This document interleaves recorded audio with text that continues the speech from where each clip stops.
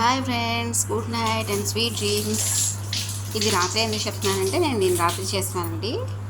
ఈ ఈ గ్లాస్తో 2 గ్లాసులు వేరుశెనగ పలుకులు తీసుకుని ఫస్ట్ ఒక పావు గంట వేయించండి.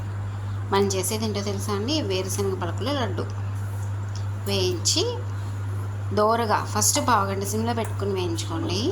తర్వాత ఒక 10 నిమిషాలు హైలో పెట్టుకుని దోరగా వేయించుకోండి.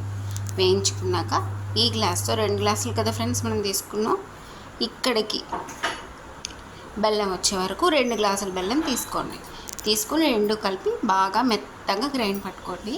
దీన్ని గ్రైండ్ పట్టిన తర్వాత ఇదిగోండి ఫ్రెండ్స్, మిక్సీలో వేసాక ఇలా మెత్తగా వస్తుంది.